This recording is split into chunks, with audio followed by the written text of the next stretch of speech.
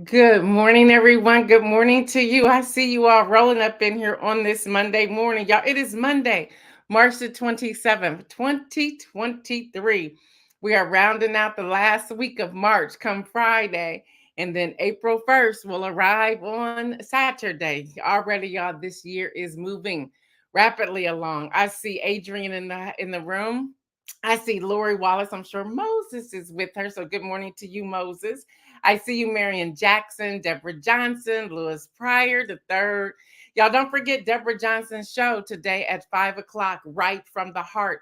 You do not want to miss what she's bringing you. So make sure you check that out. There it is, y'all, right from the heart, Monday at 5, right here on Facebook Live on NewsInMotion, as well as the DJ right from the heart page. I see you, Dr. Antoinette. I see you, Kenny Stanley, who's also in the green room, who's going to be sharing us information about this March Madness.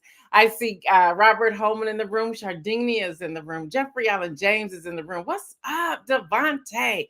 Devontae, you know you're going to have to join us this week before we go on our month break. Thank you, Dr. Antoinette. Thank you so much. I'm trying to see if I'm missing anybody who's coming in here. As I'm waiting for others to roll in here, we want to give a personal shout out to all of our audio and podcast listeners. Y'all got it going on. Y'all got it going on. I see you, Jacqueline. This is straight from Natasha. Natasha sent this in.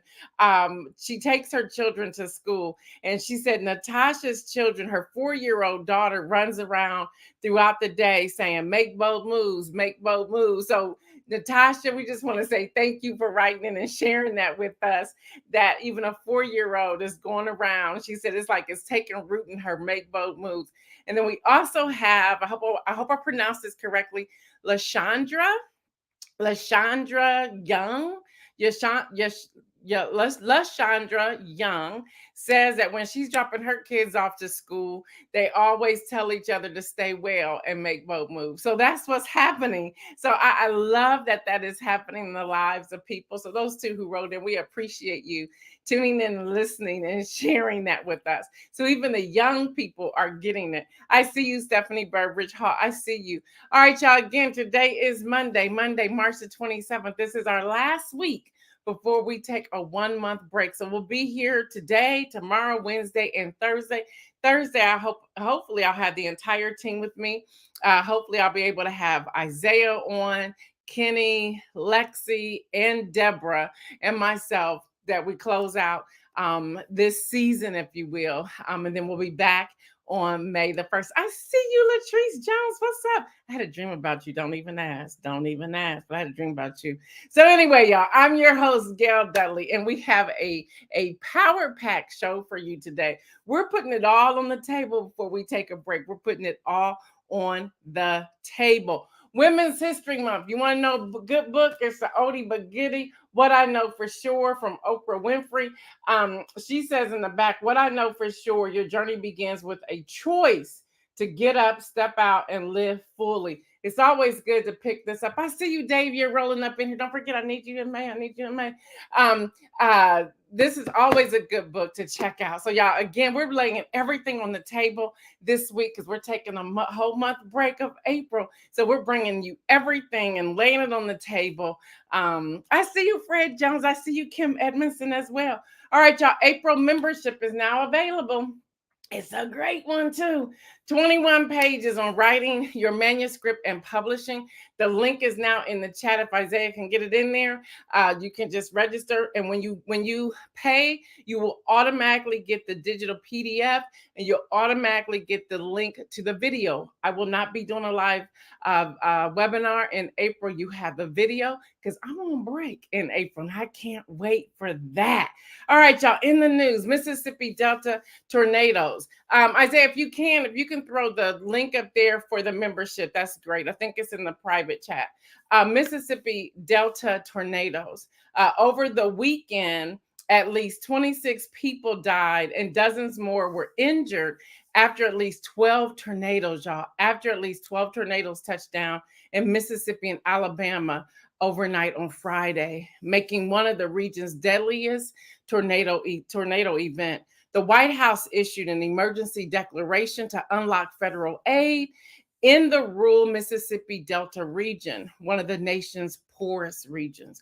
A powerful, what they call upward rotating system fueled by high temperatures known as the supercell formed late Friday in northwest Mississippi, and it stretched all the way into Alabama, leaving a 60-mile wide path of destructions. One of the dozen twisters spotted, the strongest was an EF4, whose near 200 miles per hour winds flattened the delta town of Rolling Fork, launching objects as high as 30,000 feet in the air. So, y'all, all of that was going on. We just want to pray for those families, pray for that area. And I don't know about you, but even in central Ohio, the wind, I was like, what is going on? At one point, I remember, like, we gotten lazy now, right? When we're in different areas of the house, we like text our spouse or whatever. And I sent him a text. I said, babe, I think this window's about to just cave in. And he said the whole house may be getting ready to cave. I mean, it was just crazy. So y'all, this, and I kept saying, in Central Ohio, and I know that we have people tuning in all over, but in Central Ohio, I made the comment to my siblings. I said, do y'all realize we have had high winds every week for almost 2 months? I said, that's not normal. And my oldest sister texted back and said, nothing's normal anymore. Dr. Antoinette says, you mean no one threw paper towels at people? See, there you go. There you go. I'm getting to him in a moment. Also, y'all, 4 dead, 3 missing following an explosion in West Reading, Pennsylvania chocolate factory. So, we got to pray for those families as well. All right, y'all. Will they, won't they? What's on the chopping block? Well, categories involved healthcare spending that benefits lower and middle income families. Don't miss this. Including Medicaid and the Affordable Care Act, also known as Obamacare. Hard right Republicans, like some of the Freedom Caucus, have signaled they will propose reductions to these programs, meaning they're going to reduce them. Party leaders, for their part, have said they would eye cuts to anti-poverty programs such as food stamps. What am I saying? Fred Jones said the win was simply disrespectful. That's a good way of saying it was just disrespectful. So I went looking so I can bring y'all from India. That's the White House logo on top. When are we going to get to the point that we will believe them the first time they say something? So y'all, here's what's on the chopping block, and they're coming for it. And what they're signaling right now, they have the votes for it. So in the fact sheet, and I'll figure out some kind of way to get this to you. And I went through every line item to make sure that it's indeed a fact sheet. And it is indeed a fact sheet. And if I can be honest with y'all, it's a little concerning. No, it's a major concern for me. They're coming for certain communities. And I'm here to tell you, it's the Black and brown communities. It is also the below poverty line communities. And it's also those borderline middle class families. So listen to this. Who will see a tax cut? They're talking 39 million families with children. Hello, 39 million families with children. 19 million working individuals or couples. 14.8 million people getting help purchasing health care. They're trying to slash the Affordable Care Act and the Affordable Care. And let me just say this about that. They downplayed Minority Leader Mitch McConnell. They downplayed his fall. He's been in the hospital, I think it's almost 2 weeks now. He's now been transferred to a rehab center. They're looking at 2 to 4 weeks there. He got the best insurance. He's benefiting from a lot of this, but yet this is what they want to cut for other people. And he can afford health care. People who cannot afford health care, they're on the chopping block. These are again, I'm going back to town halls, y'all. These are the type of conversations we need to have. These are the type of questions we need to bring to the floor of a town hall meeting. Why would you even think about slashing poor people, and you're not going to deal with those of you who are in that 1%. I see you, Patricia Lyles. I see you, Deborah Sneed. So y'all, 7,000 families adopting a child. Now, what the Biden administration is saying, they're going to try to improve and expand eligibility for adoption tax credit, but yet the GOP saying, don't even bring it to the table because we're going to slash that. Under the congressional Republican proposal, y'all listen to this, about 150 large profitable businesses that could go back to paying less than 15% of income taxes. Congressional Republicans want to cut taxes for an estimated 150 large and profitable companies, firms with over 1 billion in profit in 2020. And then they also want to do 120,000 households with income over 4 million per year. And then wealthy people and businesses who cheat on their taxes. Now, get this, y'all. This is the Republicans' plan. While working people pay 99% of taxes on their wage and salary income, the top 1% hide about 20% of their income from tax, including funneling it through offshore accounts and tax havens that do not report earnings. I went looking. This is true. This is true. And it is very concerning. It's very concerning. So Dr. Antoinette says, so wait, they're anti-adoption? Great question. But yet, yeah, don't even make me go there today, please. Not They're talking about the GOP plan. Billionaires and multimillionaires currently pay less taxes than middle class incomes. I want y'all to hear this number. President Biden's plan includes a 25% minimum tax on the wealthiest, 0.01%, those with wealth more than $100 million, because billionaires make their money in ways that are taxed at lower rates and sometimes not taxed at all. Many of the wealthiest Americans are able to pay an average income tax rate of just 8% of their full income, a lower rate than many firefighters and teachers. I went and looked that up, y'all. That's true too. That's true too. But I want y'all to look it up for yourself. Y'all know what I say. Make sure you're doing your own research. So y'all, there's a whole lot here. So they're talking about, they're coming for Medicaid. They're also coming for the Affordable Care Act. They want to slash those two. And then the other thing they want to slash are anti-poverty programs such as food stamps. They want to slash all of that. Already in this inflation, people can't even afford the grocery list that they have now. And they're talking about slashing that. Just let that sink in. So here's why we register to vote and we vote. Yeah, we cannot let this slip by. No way, no way can we let this slip by. In addition to that, there were two announcements that came out of the White House this weekend. After the civil unrest broke out in parts of Israel Sunday night, after Prime Minister Benjamin Netanyahu fired his defense minister for criticizing the government's divisive judicial overhaul. Say that real fast. So from the White House, a statement from the National Security Council, you've probably seen NSC, it stands for National Security Council, spokeswoman Adrienne Watson on developments in Israel. She says, we are deeply concerned by today's developments out of Israel, which further underscore the urgent need for compromise. As the president recently discussed with Prime Minister Netanyahu, Democrat values have always been and must remain a hallmark of the U.S.-Israel relationship. Democratic societies are strengthened by checks and balances, and fundamental changes to a democratic system should be pursued with the broadest possible base of popular support. So she goes on with her statement there, but that wasn't the only statement she made. Also from the National Security Council, from Adrienne Watson, she welcomes the prisoner exchange agreement reached for Yemen. On March the 20th, 2023, leave that up there, I'll grab it in a second. The United States welcomed the announcement of Geneva of a major prisoner exchange agreement by the parties of the Yemen conflict. Under the deal, 887 detainees related to the war will be released by all sides. This important step builds on a positive environment created by a truce that has effectively stopped the fighting for the past 11 months. But even with this announcement, what came after that are other people upset that this agreement has been put in place. So y'all, there's a lot of unrest out here. There's a lot of unrest. So be mindful and also begin to connect the dots between the unrest and different things that are happening in the chambers within the United States government.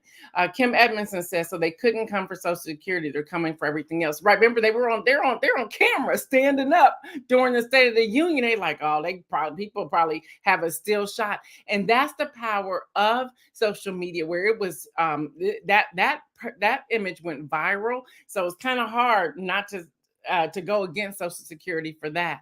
And then Dr. Antoinette says, not surprising they want to cut food stamps. Remember, they declared ketchup a vegetable to justify cut some food for kids in school, and that did happen. I know Kenny has to run out of here, take his daughter to school, so I'm gonna come back with some important news.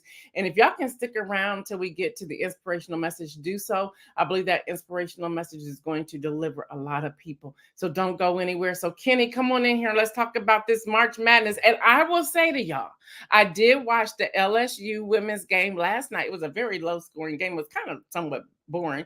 I just love that coach. And I did see the Ohio State girls. I cannot get into the guys. I can't do it. I can't do it. So it's time for Game Over with Kenny Stanley. Let's go.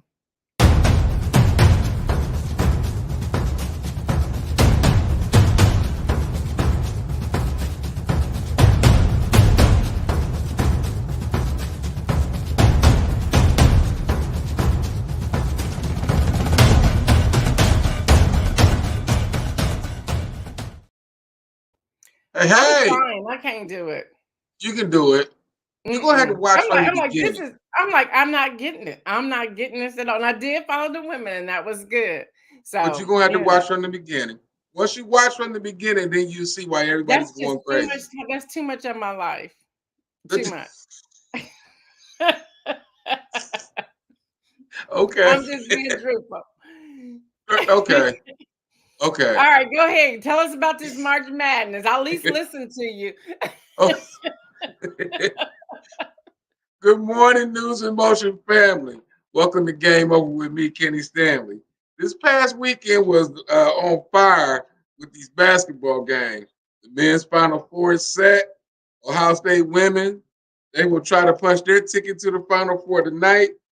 LeBron James, he returned yesterday, but AD did a Houdini and disappeared.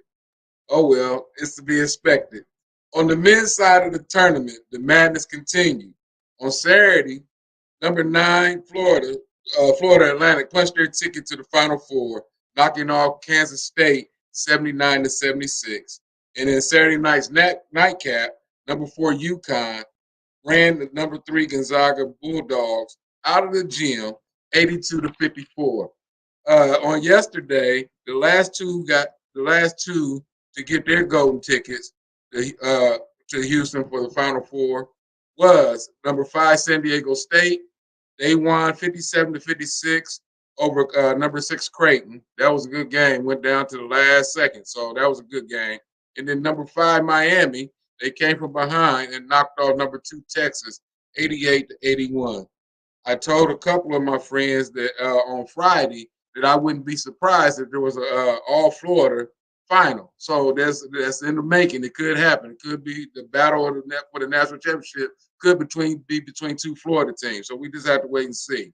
On the women's side of the NCAA March Madness, number 3 OSU women, they shocked the world by beating number 2 UConn and ended UConn's streak at 16 for reaching the regional finals.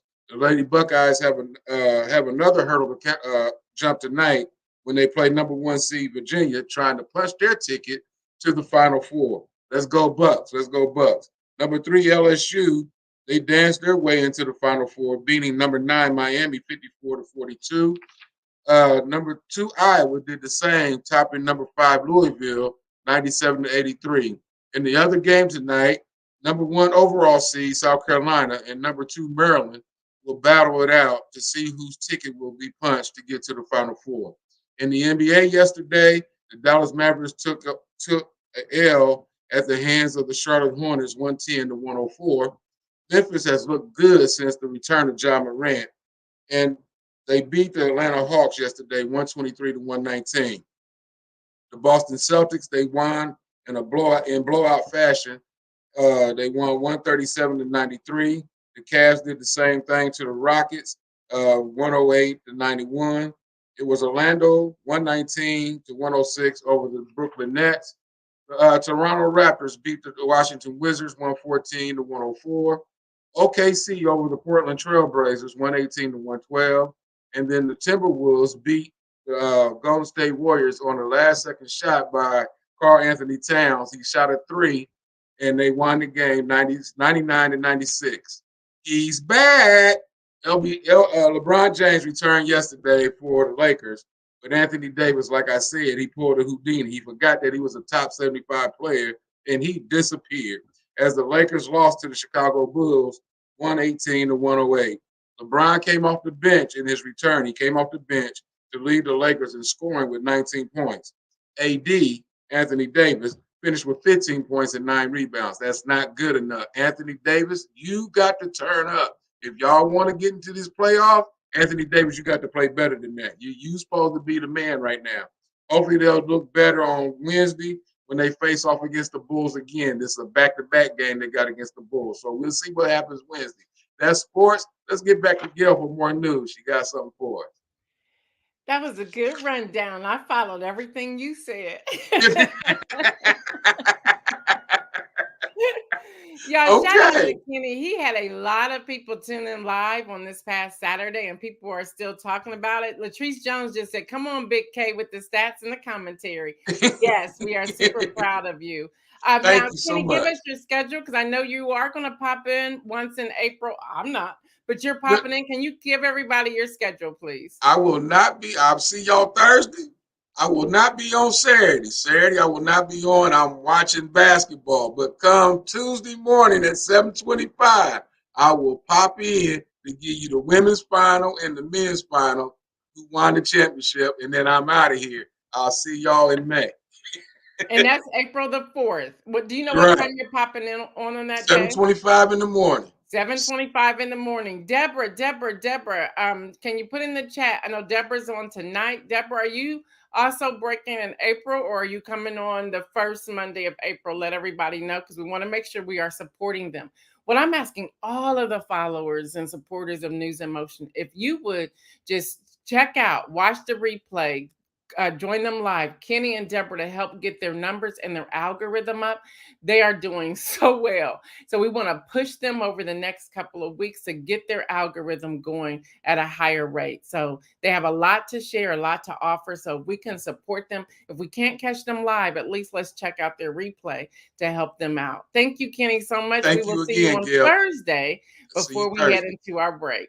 All right. Thank you so much. All right. This story first came to me from Adrian. I had heard some rumbles of it, but I really wasn't digging into it. Then Adrian Gladys sent this to me, and I looked at it from a different angle, did some more research, and it's a story. And that is dark money that is being fueled in the Wisconsin Supreme Court candidates' anti-abortion views, and their vote. And if you know anybody in Wisconsin, tell them to pay attention. Don't sit this one out. Their vote is April the 4th. That's the big day in Wisconsin, April the 4th. Y'all, the high-profile race for a swing seat on the Wisconsin Supreme Court is attracting millions of dollars from outside groups. Now, these are people outside. They're outside of Wisconsin, and they're pouring millions of dollars into the candidates' campaign. And this is expected to be the most expensive campaign for a single judicial state race. They're saying the most expensive campaign to date. The approaching election has been coined as the most high-stake race of 2023 and could determine the future of abortion rights, gerrymandering, legislative maps, and voting rights issues in a pivotal state heading into 2024 presidential election. Don't miss what I just said, y'all. Some people are thinking, oh, that's just going to be about abortion rights. No, it's going to deal with gerrymandering, legislative maps, and voting rights issues in Wisconsin. The two candidates who advanced from February the 21st primaries are Milwaukee County Circuit Judge Janet Protaskowitz and former Wisconsin Supreme Court Justice Daniel Kelly, receiving currently 46% and 24% of the vote, respectively. So, y'all, conservatives are currently hold a 4-3 majority on the Wisconsin Supreme Court, and a conservative justice retiring. The upcoming April the 4th election could flip that to a liberal majority. But they're not real sure. But get these numbers, y'all. Man, from their own pockets, meaning the money they raise, not outside people. Daniel Kelly, the conservative, has raised about $441,000. Y'all may think, well, that's no money. But his outside people are raising upwards close. They're on the edge of hitting $1 billion. On the other hand, the more progressive liberal person, Judge Janet Protaskowitz. I hope I'm saying that right. I think I did very well on that too. Her campaign, what she has raised in through her campaign and campaign chairman and fundraiser, 2.2 million. So they're thinking this last week they're going to pour a bunch of money in there and that she will come out the winner. They're not sure. Now, y'all, these amounts were filed prior to the primary election, the financial disclosure date. So it's right before that March 27th date. Well, that's today, right? In the meantime, outside money is really bringing it. Yes, Kim Edmondson, 1 billion with a B. That's what's happening, y'all. It's crazy. It's crazy. So if you know anybody in Wisconsin, you put that out there. Again, I don't know how often I have to share this with you, but I get some feedback and I try to be as balanced as possible. But listen, I understand most people, depending upon what side of the aisle you're on, depending upon your own morals and values and where you stand and your Christianity, and I get all of that. I get all of that. We hear one word. And that is that, that person's going to come in and they're going to approve abortions. You got to look at the entire slate. They're also talking about gerrymandering, legislative maps, and voting rights. So it's not just a one label, but that's what they're pushing. That's what their spin, their spin is that. It's more than that. It's more than that. I am begging us to please read entire bills and what's on the docket, what's coming up. Don't look at the surface, y'all. If we haven't taught anything else here on News in Motion, what's underneath? What's underneath? And that's how you vote. That's how you vote. All right, y'all. I hate to say this, but I need to go here to y'all. BBC, of all people, and others making these major reports of Jonathan Majors being arrested on suspicion of strangulation, assault, and harassment stemming from alleged domestic dispute. I really want to say something behind that, but I'm going to just report the news, and that's the news, and I'm going to keep my personal commentary to myself. But all of you who know me know what I'm thinking and what I really want to say. All right, y'all, and then to wrap things up before we go to the inspirational message, Manhattan District Attorney receives letter, as you know, and I posted on my Facebook page on Friday, a powdered substance Friday amid this whole possible indictment of the former guy. We also had Marjorie Taylor Greene and several others taking a jail field trip, and they were just so upset about the condition. Well, they in jail. What do you expect them to have? Like suites, concierge, butlers, showers with what did you think they was going to get in jail? They went and tore up and caused an insurrection. Okay, Marjorie. And like for those of you like, well, there were Democrats. No, the Democrats went to make sure that there wasn't any deals being made between Marjorie Taylor Greene and others. And I said, y'all should have still been following her around. Ain't no telling what she promised these people, but she just needs to sit down somewhere. We also have Latrice Jones said, just report the news. Sis. You know where I was going, right? Listen, y'all. Also, the former guy held a 2020 campaign rally where in Waco, Texas on this past Saturday. They didn't have that many people there. They didn't. But here's my thing. He's pretty brazen. He's pretty brazen to be able to go out and have a rally. It's like, this is what we do. So he's really taunting himself in front of all, like nothing can happen to me. And we need to call him on his bluff with that. Y'all remember I was reporting about Los Angeles School District last week. Well, the district and the school employees unions have struck a deal, and hopefully that deal will come out on Friday. Now y'all need to go to the inspirational message. And I think we're doing good on time. Lori says, now what they're concerned about what jails look like. Exactly. That's a great question, Lori. That's a great question. Yep, they're in jail. It's like, what did you expect? All right, y'all need to give this inspirational message. And I did get permission from my client who I was coaching on this past Friday. Won't mention her name. But the inspirational message today is this: you are not a disappointment. So say that to yourself. Say, everybody in regard to themselves, say to yourself, I am not a disappointment. We were going through a spiritual formation coaching session, and she was just talking about how she feels as if she's just a disappointment, that she's just a disappointment. And I asked her to get to the root of why does she think she's a disappointment. And she started talking about social media. And I want y'all to follow me here, because this pained me to hear her words. She says, I'm trying to understand why I'm not making a $50,000 month. And I said, who's making $50,000 a month? That they're taunting it. And so she was talking about social media and how she's seeing her friends post saying they had a 20K month or a 50K month. She was even had a friend that posts they have a 100K month. I said, let me tell you something.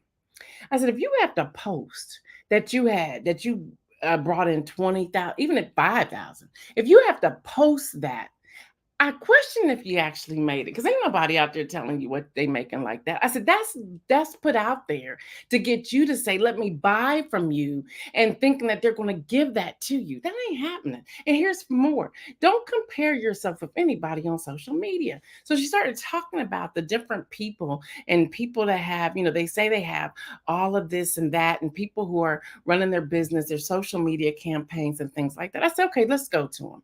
I said, look, we can do this together. And it was great because we were in Starbucks. So we were going through stuff. I said, okay, who, let's pull up this person. She said, well, this person is an influencer and they're doing all this and that. I said, let's pull them up. I said, they made a post 9 hours ago and not one person even liked it. Now, how can they lead you to influence them when they don't even have one person who liked it? I said, we got to start looking at what's really happening and not just listening or reading people's words. I said, you're not a disappointment. So I said, let's keep going. We were going through all these people. And I said, they haven't had a like in 2 weeks. Not one like. Why would you believe anything that they're saying to you, honey? That's just pop propaganda. They're just making themselves feel all these things. Yes, Latrice, comparison is a thief of joy. And I said, come on, give me another one. She was naming off people. She said, well, look at this person. They have a Lamborghini.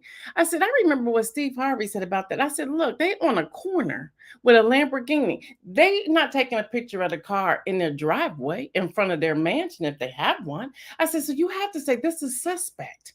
I said, stop believing all these things. And this is my message to all of you, those of you who are following this stuff. They're more than likely not doing what they're saying that they're doing. It's like you have to step back and say, okay, what's really going on? And stop following social media and follow God's word. What does God have to say about you? I said, okay, let's go to my social media. I said, I'm not an influencer whatsoever, shape or form. I said, okay, here's one. She goes, well, look, on this one, you had 39 likes. Okay, 39. Whoopee, there's 39 likes. And then she went to my TikTok. She said, girl, you got TikToks like crazy. And I said, but that's the TikTok medium. I said, I don't know these people. She said, but they're liking you. They're communicating with you. And I ought to blame Adrian for getting me on TikTok. And yes, but I told her, I said, but look how long I've been doing this. I said, you got to look at the length of time. We got to stop comparing what we're seeing. Though that y'all, we're being people are faking us out. They're faking us out. And it's messing with our psyche, with our if we feel significant or not. Y'all, we have to find a way to break that barrier. But listen, you are not a disappointment. You're not a disappointment. I shared this exercise with you a couple of times. I want to share it with you again. If you find yourself in this spot, sit down, pray, and ask God to show you all your accomplishments, to show them to you, and write them down. I guarantee you, once you have them listed, it will take you beyond this block that you're feeling. This young lady busted out crying. She says, "Wow," she says, "I was believing all of these things, and I was measuring myself with my peers and people who I assumed are my peers." So I went back to her. I said, "Okay, let's go back to these people you were talking about." We pulled up like 3 or 4 people on her social media on the computer. I said, "How well do you know them?" She goes, "Oh, I don't know them at all." Listen, some of us are following people that we don't even know. Now, we may be gaining content from them, we may be getting empowered by them, and those things are all great. But do not use them as a measurement to what unique abilities that God has given to you. So what you want to pull back? Let's use news and motion. Deborah will tell you. I was like, "Deborah, if I pull back during the entire month of April, we were only going to take off the week between Good Friday and Easter." And then there's some other stuff, and I'm working with my parents on some things, and I've had a heaviness myself. And if you were following my Instagram last week, I put out there that I had a heaviness, uh, dealing with my parents, a heaviness, and I had to pray about it. And God began to answer that prayer, started showing me some stuff. So Deborah said several weeks ago, she said, "Go just take the month off." I said, "Deborah, if I take the month off, we may come back and be 3 people." She said, "And your point is," like that's how Deborah and I have conversations. I said, "Well, okay, Deborah, thanks you for bringing it." She said, "So what? If they don't come back, they don't come back." She goes, "And if you decide you're done with this, and you're done with this." And she said, "But I don't think you're done." I said, "No, I tried to be done after the November elections." And God's like, "I didn't tell you that. You done made that up. You still have work to do. There's still education that need to be put out there before people. Your demographics may change, the people may change who tune in, but you still have work to do. And you have to follow that. There could be people telling you what you're doing right now is not worth it and you need to be done with it. Well, are you going to go by what they say, or are you going to go by what the Holy Spirit is speaking to you? Y'all, now is the time to really shift some of this. I didn't mean to go through all of this, but I hear the Lord speaking, so I need to keep speaking. Now is the time to shift some of this. It's time for you to make a decision who you're going to follow and who you're going to believe.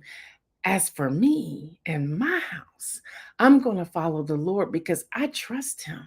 I'm not going to follow someone who's saying, "Hey, Gail, try this. Hey, Gail, sell this. Hey, Gail, do this."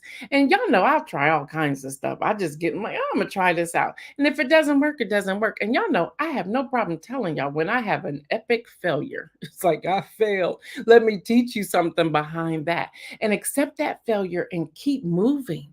But y'all, seriously, you are not a disappointment. There's no place in my Bible that I've read that God ever told somebody they were disappointment. He may have chastised them, my words, disciplined them, his words. He may have disciplined them. He may have really called them on the carpet. He may have rebuked them, but he's never called them a disappointment. I can't find that anywhere in the Bible. Not at all. Not at all. So you're not a disappointment.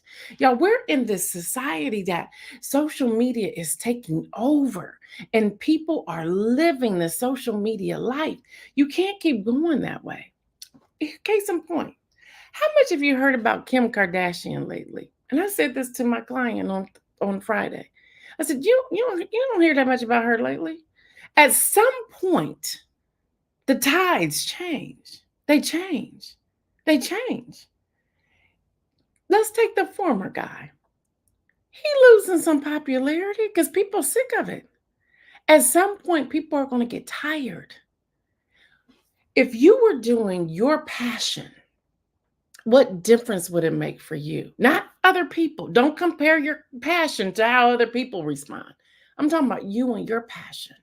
When you are operating in your gift and in what you're passionate about, what difference is it making for you? Does it bring you joy? Then stay there. Stay there. Seriously. Seriously.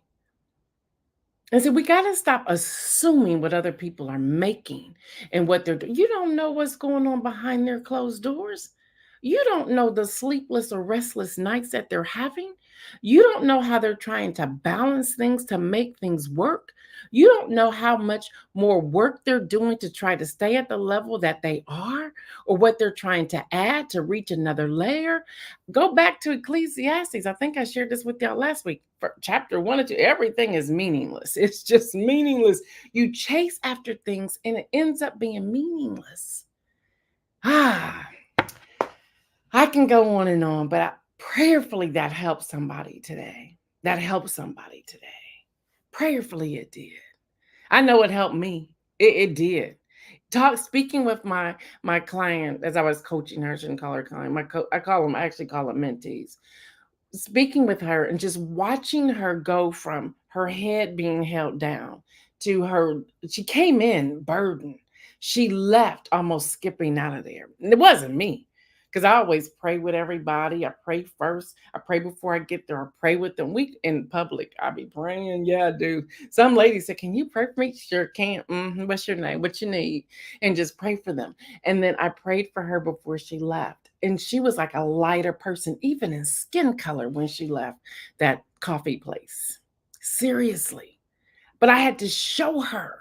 I said, "Why would you pay this person that much money? They don't even have one like in 9 hours. They don't have one like. They must not have it that going on."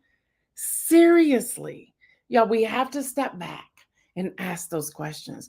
All right, let's see. Latrice said, "Listen, there are a lot of hours put into work when you're an entrepreneur." Absolutely. Absolutely. And you sit back here. Look, y'all gotta go. Y'all gotta go. Everybody else can stay here as long as you want to. Latrice, absolutely. And there's times you sit back and you're like, is this worth it? Do I keep going? Where do I change? Using Davia's words, where do I pivot? How do I navigate this?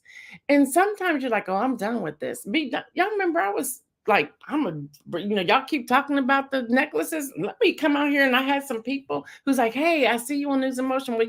Will you wear these necklaces and then sell a couple?" I was like, this was good. It was cute. It was fine, but there was a lot of work. I ain't doing this. I ain't doing this. Nope, not doing this. Not doing this at all. Then there were different things. Y'all know I used to publish books. I don't do that anymore. I will coach you through the publishing process. I ain't publishing your book. I ain't doing it. Why? Because it became so deep. I'm a visionary. I can navigate. I can give you the world verbally. I can do the work. I have the skills to do the work, but I get bored doing that. No, I'm not about to upload this another cover. I'm not about to upload another manuscript. I'm not about to do that anymore. I've done that for 20 years. I'm done with this. Seriously, done with it. And it was over the pandemic. It's like, I ain't doing this no more. I'll coach you, but I'm not publishing your book. No, Mm-mm. And the demands of people, I ain't doing that. You got to know what you're going to do and what you're not going to do. I have a friend who's like, "No, I'm not doing that anymore." And people are like, "Oh, but you're good at it." I may be great at it, but my spirit is telling me I ain't doing this no more. And I'm just not going to do it because I'm not going to give it my all right now. Know yourself well enough.